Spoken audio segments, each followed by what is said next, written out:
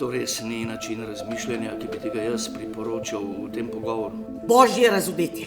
Ja, to je to, kar ti skušam povedati. Kaj mi to delaš? Zakaj mi zmer to delaš? Ko sem bila lačna, mi nisi dal jesti.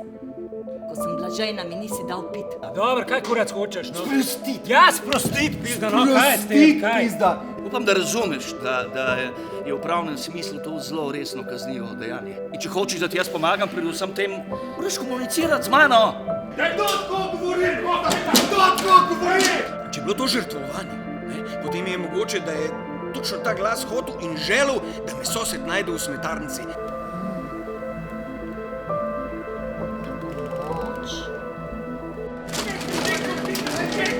Daj,